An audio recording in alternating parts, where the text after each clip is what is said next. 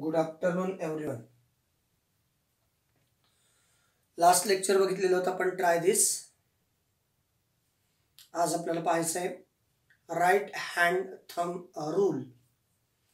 त्याच्याशी रिलेटेड आहे Maxwell screw rule. आणि मॅक्सवेल स्क्रू रूल काय आहे त्याच्या बाबतीत सुद्धा पाहायचं आहे.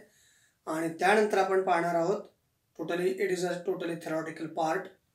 Magnetic field produced by a current through a circular loop of a conducting wire. तर एवढे दोन मुद्दे आज आपण रिलॅक्स मोड मध्ये आपण पाहणार आहोत. ओके, तर पहिल्यांदा बघू आपण right hand thumb rule. What is the right hand thumb rule? काय आहे right hand thumb rule? This is a right hand and it is a thumb rule. मग याच्यावरनं एक कन्सेप्ट जनरेट होतो, एक पॉइंट जनरेट होतो. राईट हँड आहे, thumb आहे, आणि हा राईट हँड थंब रूल हा इलेक्ट्रिसिटीशी रिलेटेड आहे. लक्षात येते? राईट हँड थंब रूल हा कशाशी रिलेटेड येतो? इलेक्ट्रिसिटीशी रिलेटेड येतो. मग काय मेन्शन करतो? तर त्या ठिकाणी असं मेन्शन केलं जातं, एखाद्या कंडक्टर तुम्ही राईट हँड मध्ये होल्ड केला असेल आणि त्या कंडक्टर भोवती जर तुमची उरलेली, समजा हा थंब रिप्रेझेंट केला, थंब स्ट्रेच केला, एखादा करंट कॅरिंग कंडक्टर जर तुम्ही तुमच्या हातामध्ये होल्ड केला असेल आणि तुमच्या हाताचा राईट हँड हा जो राईट हँड थंब जो आहे तो जर स्ट्रेच केला असेल and the forefinger is curled around the conductor. मुद्दा लक्षात घ्या बघा काळजीपूर्वक. फॉर एक्झाम्पल हा कंडक्टर आहे, हा याला मी अशा प्रकारे पकडलं, असंही धरलं तर काही हरकत नाही. यालाही मी अशा प्रकारे पकडलं. हा थंब आहे, थंब स्ट्रेच केला and these are the forefinger is curled around the conductor. Clear? याला म्हणतात राईट हँड थंब रूल. मग काय सांगतो? If the current carrying conductor is held in your right hand and thumb is stretched and forefinger is around the conductor or curled around the conductor, so thumb point represent the direction of flow of current in the conductor. हा जो thumb आहे, thumb काय represent करतो? किंवा current या डायरेक्शननी चाललेला आहे. Electric current जो फ्लो होतोय ना, तर तो या डायरेक्शननी फ्लो होतो आहे असं त्या ठिकाणी मेन्शन केलं जातं. क्लिअर? याच्यामध्ये जे करंट फ्लो होते, करंट या डायरेक्शननी फ्लो होतो आहे हे मेन्शन केलं जातं. आणि हे जी बोट आहेत याच्या भोवती गुंडाळलेली, that is the direction of magnetic field. बघा मुद्दा लक्षात घ्या. हा आहे वायर आणि या वायरला हा तुमचा थंब स्ट्रेच केलेला आहे. हा तुमचा थंब आहे असं मेन्शन करा. आणि ही जी चार बोट आहेत, ही चार आपल्या हाताची बोट आहेत असं कन्सिडर करायचं फक्त. तर हा पॉइंट काय रिप्रेझेंट करतो? Direction of flow of current. आणि हे जे कर्ल्ड फिंगर आहेत, कर्ल्ड फिंगर या डायरेक्शनने कर्ल्ड केलेत, curled finger shows the direction of magnetic field. Direction of magnetic field म्हणजे या कंडक्टर भोवती ही कंडक्टिंग वायर आहे, हा थंब आहे असं मेन्शन करा, थंब आहे असं इमॅजिन करा. थंब पॉइंट काय रिप्रेझेंट करतो? Direction of flow of current. या वायरमध्ये करंट जर या डायरेक्शननी फ्लो होत असेल तर याच्या भोवती जी गुंडाळलेली चार बोट आहेत तर ते काय रिप्रेझेंट करतात? Direction of magnetic field. मग जर कंडक्टर असा असेल, या डायरेक्शन मध्ये असेल, तर direction of flow of current एकतर असं असू शकतं किंवा direction of flow of current एकतर असं असू शकतं. दोन्हीपैकी कुठल्याही एका डायरेक्शनने इलेक्ट्रिक करंट फ्लो होतो. तर जरा काळजीपूर्वक पहा, direction of flow of current आणि मॅग्नेटिक लाईन्स हे एकामेकाला परपेंडिक्युलर आहेत. तर करंट या डायरेक्शनने फ्लो होत असेल किंवा या डायरेक्शनने फ्लो होत असेल तर मॅग्नेटिक फील्ड किंवा मॅग्नेटिक लाईन्स ऑफ फोर्स किंवा magnetic field, direction of magnetic field हे करंटच्या डायरेक्शनला ऑलवेज परपेंडिक्युलर असतो. That is a right hand thumb rule. That is a right hand thumb rule. मुद्दा लक्षात आला का सगळ्यांना?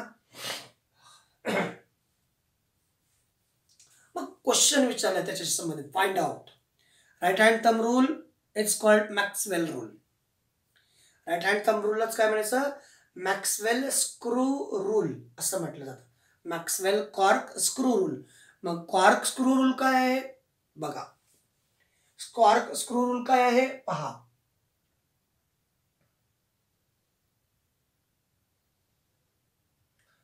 हा आहे स्क्रू.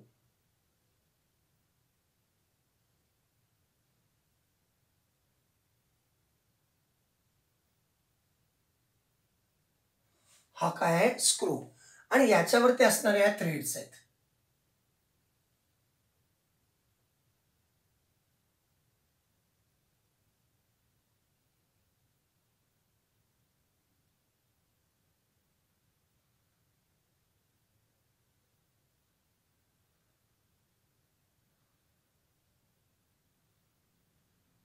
हे थ्रेड्स आहेत म्हणजे आट्या म्हणतो आपण त्याला.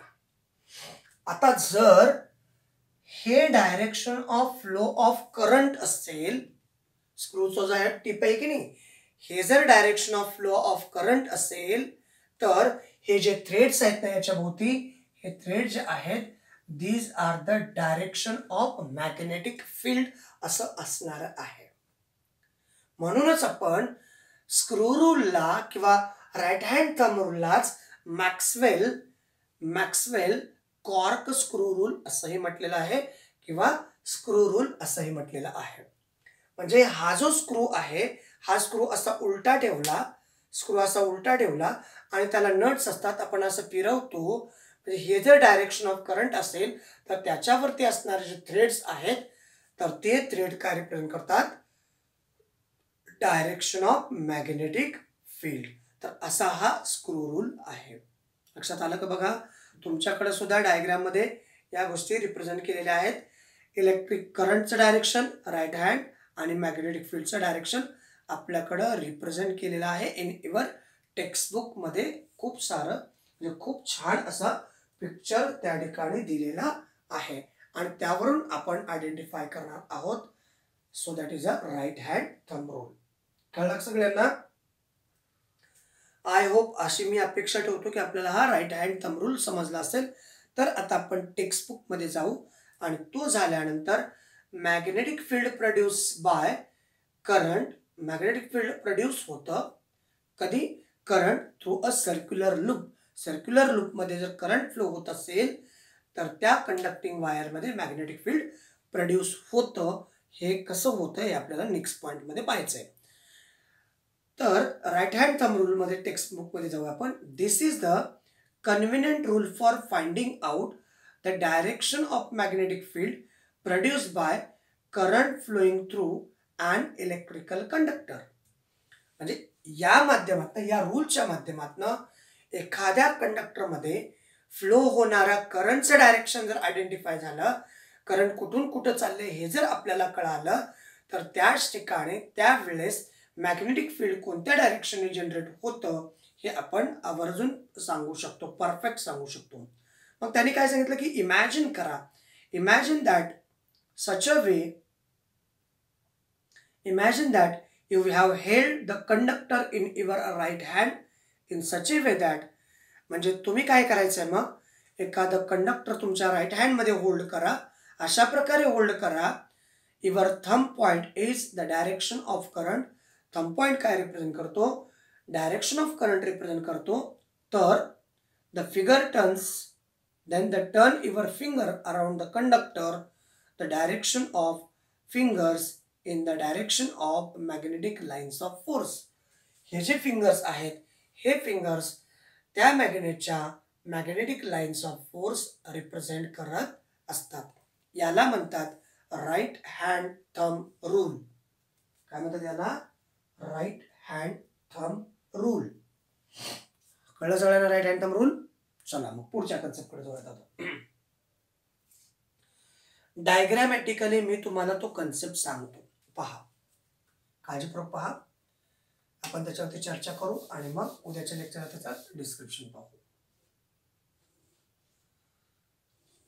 हा एक कार्डबोर्ड आहे. या ठिकाणी एक छिद्र पाडले, या ठिकाणी एक छिद्र पडलेलं आहे आणि या ठिकाणी ही लूप्स आहे.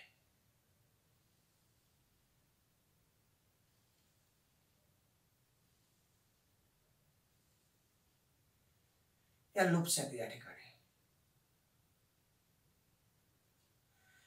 हे छिद्र पडलेलं आहे आणि या ठिकाणी लूप्स आहेत. आणि मग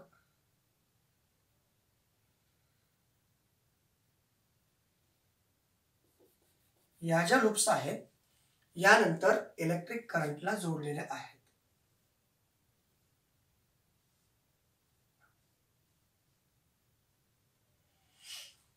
कंडक्टिंग वायर याला आपण या लूप्स जोडलेल्या आहेत. त्याच्यानंतर ही कनेक्टिव्हिटी आहे. या ठिकाणी रिव्होस्टॅट आहे. त्याच्यानंतर या ठिकाणी एम्पियर मीटर आहे. त्याच्यानंतर या ठिकाणी बॅटरी आहे.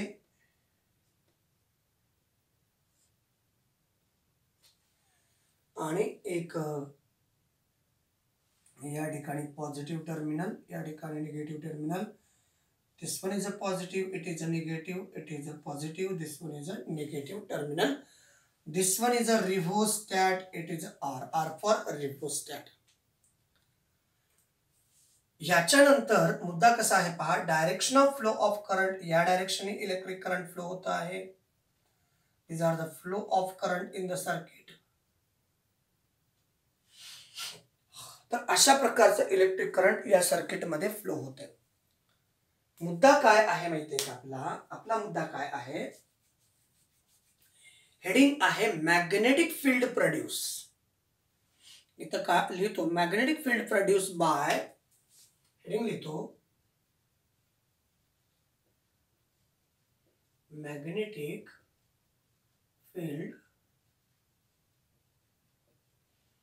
produced by magnetic field produced by current through a circular loop, current through a circular loop, current through a circular loop of a conducting wire, of a conducting wire. बघा, magnetic field produce होते, generate होते कधी? By current through a circular loop. Circular loop म्हणजे number of turns are number of turns, it is full, it is not a full turns. म्हणजे जसं की spring आहे तशा प्रकारचे टर्न्स नाहीत. ह्या खूप साऱ्या वायर एकाच ठिकाणी कनेक्ट करून याला आपण काय केलेलं आहे? इलेक्ट्रिसिटीला कनेक्ट केलेलं. म्हणजे हे टर्न्स आहेत, हे फक्त वायरचे तुकडे आहेत या आकाराचे, आपण त्या छिद्रातून टाकून सोडलेले आहेत बॅटरीला. Current through a circular loop, गोलाकार लूप्स आहेत ऑफ अ कंडक्टिंग वायर, कारण ही वायर कंडक्टिंग आहे. मग मुद्दा काय पुढचा? आता आपण शिकलो राईट हँड थंब रूल. काय राईट हँड थंब रूल? ज्या कंडक्टर मधून इलेक्ट्रिक करंट फ्लो होतं, ज्या डायरेक्शनने इलेक्ट्रिक करंट फ्लो होतं त्या डायरेक्शनला एक्झॅक्ट परपेंडिक्युलर. बघा ना, direction of flow of current that is the direction of magnetic field. Direction of flow of current that is the direction of magnetic field. मग इथं जर म्हटलं आपण direction of flow of current, direction of magnetic field. आता magnet म्हटल्यानंतर जसं मॅग्नेटचं magnetic field असतं, इलेक्ट्रिकचं electric field असतं, तसं मॅग्नेट म्हटलं की त्याचा एक पर्टिक्युलर रेंज असते, त्याचा एक पर्टिक्युलर एरिया असतो. त्या पर्टिक्युलर एरियापर्यंत त्याची फील्ड असते. त्या फील्डच्या बाहेर असेल तर त्याच्यावरती कुठल्याही ऑब्जेक्टवरती काहीही परिणाम होत नाही. पण त्याच्या फील्डच्या आतमध्ये असेल एखादं कंडक्टिंग मटेरियल, एखादं अट्रॅक्टिंग मटेरियल, तर तो त्या लूप्सकडे डायरेक्टली अट्रॅक्ट केला जातो. मुद्दा लक्षात येते बघा. मॅग्नेट आहे याचा अर्थ काय आहे, मॅग्नेटिक फील्ड पण आहे. म्हणजे या समजा इथं मॅग्नेट तयार झालं, याच्यामध्ये इलेक्ट्रिसिटी पास केल्यानंतर कदाचित इथपर्यंत त्याचं फील्ड असू शकतं, इव्हन इकडे इथपर्यंत त्याचं फील्ड असू शकतं. इथं एखादं मॅग्नेटिक मटेरियल आहे तर अट्रॅक्ट होणार नाही, या ठिकाणी मॅग्नेटिक मटेरियल असेल तर ते अट्रॅक्ट होईल. This magnetic material is attracted toward circular loop, this magnetic material is not attracted toward the circular loops. Okay. मग मुद्दा काय आहे आता, मग याच्या इथं इलेक्ट्रिक करंट आलं, या ठिकाणी इलेक्ट्रिक करंट आल्यानंतर it is a direction of, this one is आपण असं म्हणू शकतो, this one is a direction of flow of direction of flow of electric current. हे direction of flow of electric current आहे. तर direction of magnetic field in this direction, this is a direction of magnetic field, this is the direction of magnetic field, it is the direction of magnetic field, it is the direction of magnetic field. इकडे इकडे अशा प्रकारचं बघा, current या डायरेक्शनने flow होते तर magnetic field या डायरेक्शनने, current या डायरेक्शनने फ्लो होते तर मॅग्नेटिक फील्ड या डायरेक्शनने. मग आता जर तुम्ही या डायरेक्शनने, आता इथं आपण हे डायरेक्शन म्हणजेच इनडायरेक्टली याला जर आपण बार मॅग्नेट पाहिला तर these are the magnetic lines, these are the magnetic lines, these are the magnetic lines of force, these are the magnetic lines of force. लक्षात येते का बघा.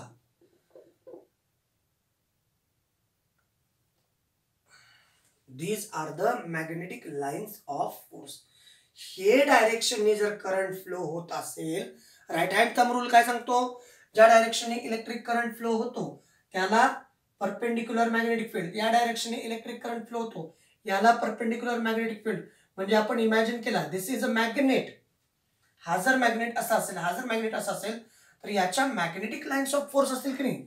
If this is a magnet, these are the magnetic lines of force, these are the magnetic lines of force. ह्या magnetic lines आहेत.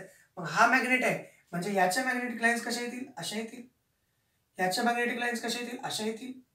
मग जर याचा magnetic area एवढा असेल तर याच्यामधून एक एक डिफरंट कन्सेप्ट जनरेट होते, that is one type of another magnet.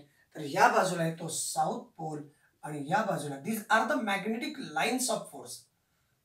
तर त्याच्यामुळे या ठिकाणी नॉर्थ पोल आणि या ठिकाणी साऊथ पोल येतो. अशा प्रकारे एखाद्या कंडक्टरमध्ये इलेक्ट्रिसिटी पास केल्यानंतर मॅग्नेटिक फील्ड जनरेट होतो आणि मॅग्नेटिक फील्ड अशा प्रकारे तयार होत असते. ठीक आहे. आता याच्याबद्दल आपण डिटेल नेक्स्ट लेक्चरला पाहूयात. तुर्तास आपण या व्हिडिओमध्ये इथेच थांबूयात. थँक्यू. Thanks a lot.